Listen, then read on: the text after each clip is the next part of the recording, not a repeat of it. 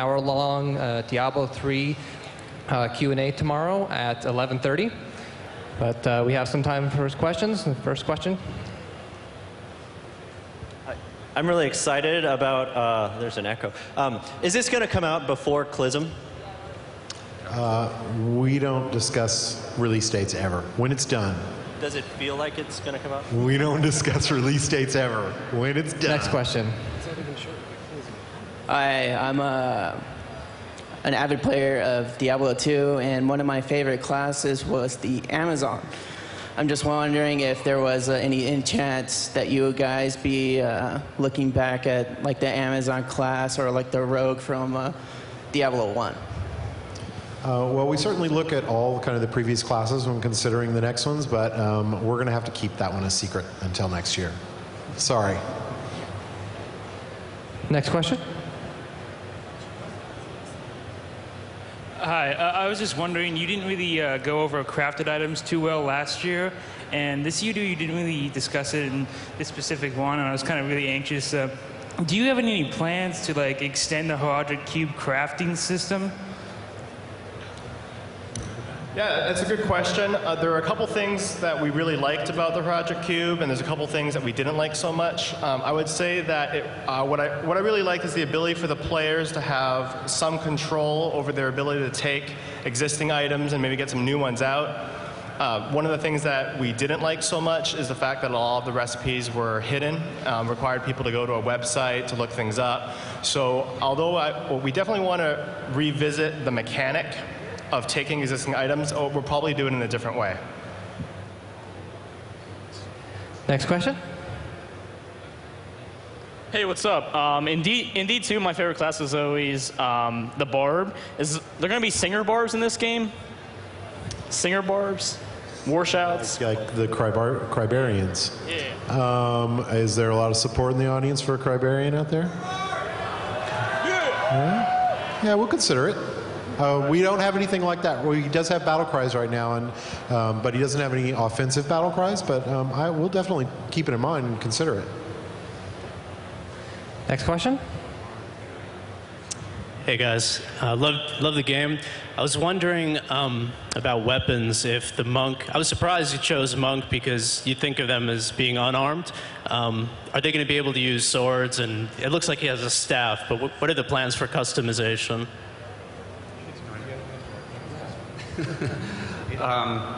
Yeah, when we first designed the monk, actually, we started with no weapons for exactly that reason. We're like, okay, let's look at this as a totally different kind of class. Let's see what we can do with no weapons. Obviously, you need weapons because you need the item game, you need to be able to upgrade and all that stuff. But we wanted to, approach it a little bit differently than we had in the past. But what we found was that it really didn't start hitting what we thought of as the monk until we gave him those weapons.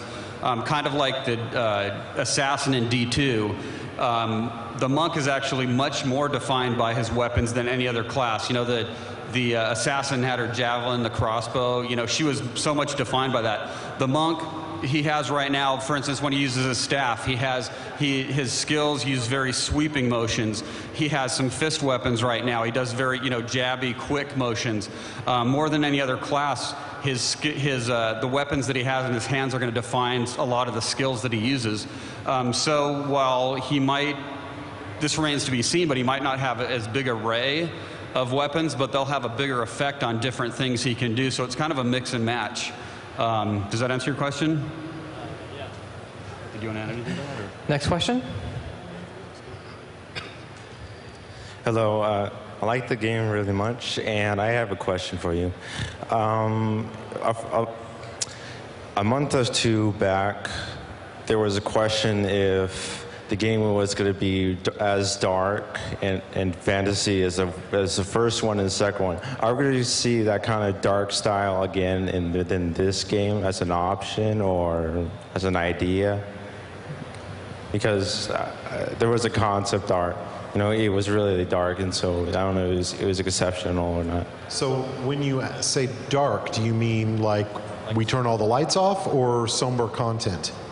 like it's in more terror, scary, like you things popping out, in and out. You don't even expect it. Well, we do feel like we're going in that direction. I mean, if you notice the monk announcement, the kind of whole section with the cult and them destroying a whole town, if you go and play the demo and you find that town, it's covered in bodies that have been sacrificed and some pretty dark stuff. So yeah, tone-wise, we intend to be just as dark as the previous games.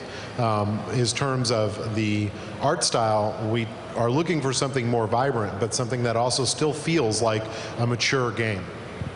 Does that answer your question? Yes, it is. Okay. All right, we only have time for a couple more questions. Hi, I got a question about the monk combo system. Can you cancel a combo like midway, like you just keep on dashing and not do any other skill?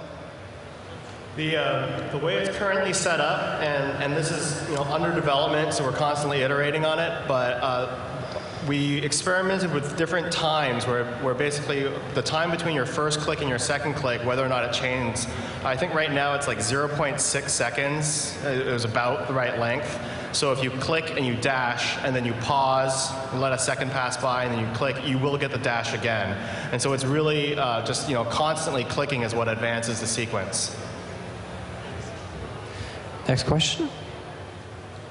Is boss farming still going to be like huge? Like you keep going kill and bail over and over again? And when I go fight people like Duriel, if I don't have any frost resistance, am I going to get dropped? Oh, never mind.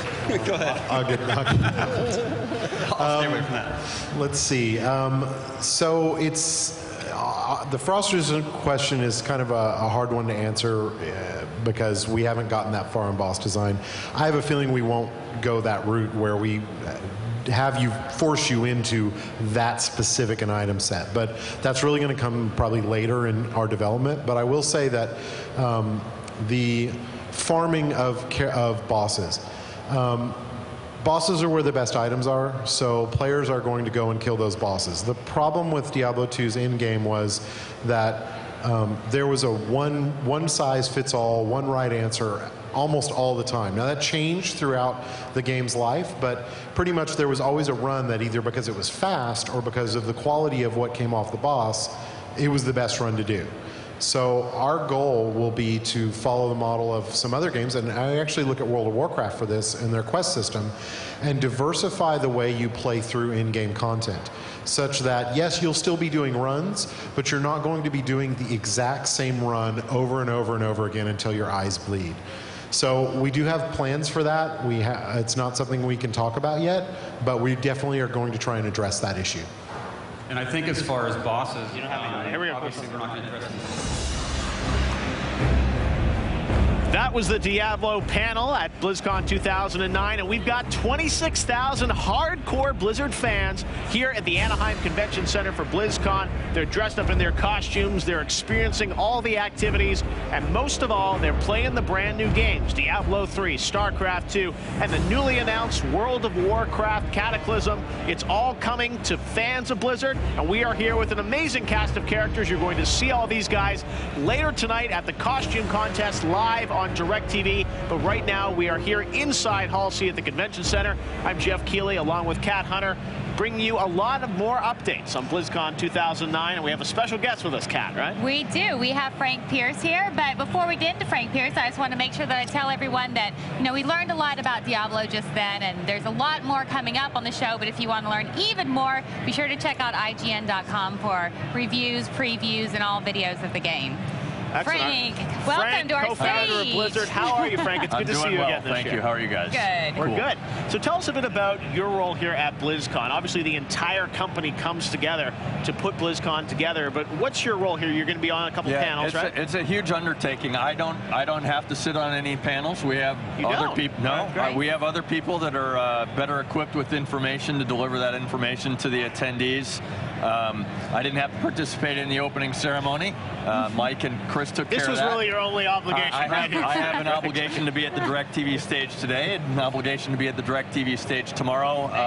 I'll be partaking in all the festivities, right? I love the costume contest. Right. I saw Ozzy doing his sound check last awesome, night, right? and he sounded absolutely incredible. The band sounds incredible.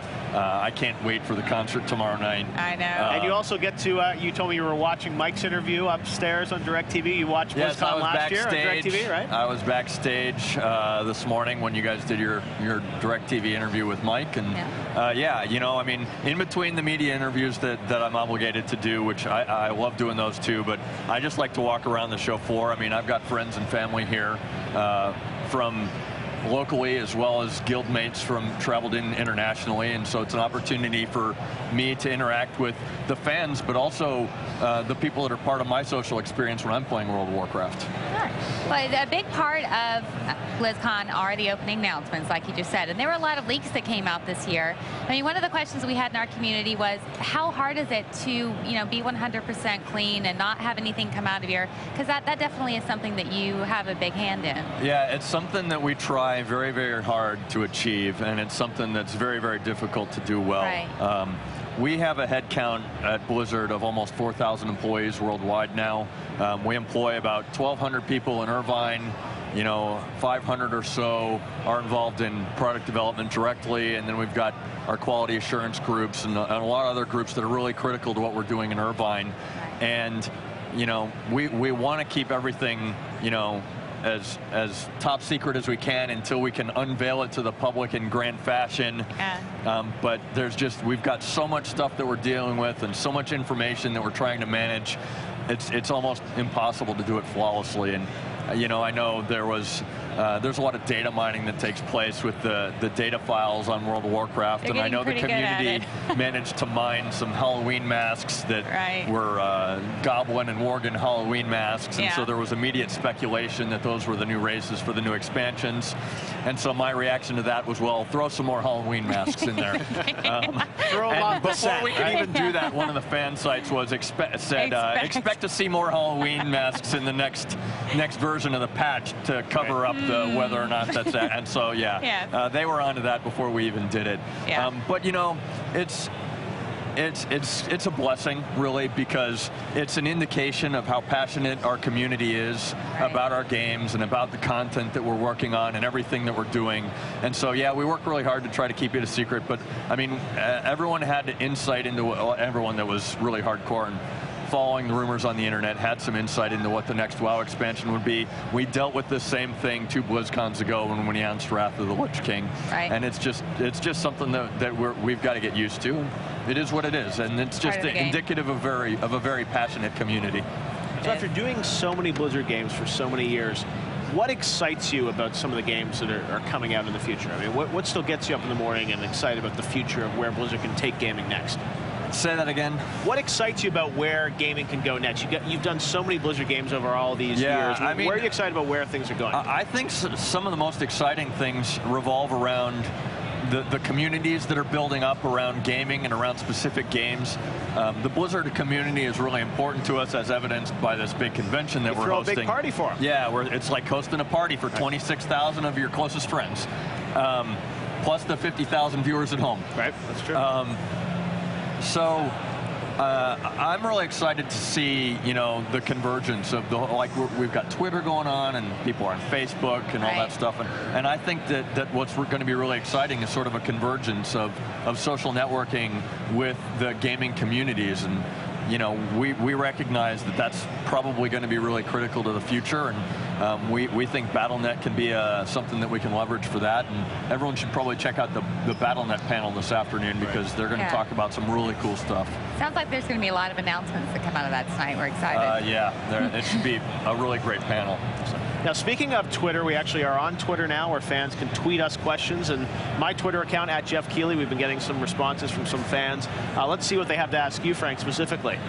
They say, Frank, many people are wondering if WoW will ever turn into an Xbox game. Many of my friends really want to know this. That's from Xenon Zephyr 360.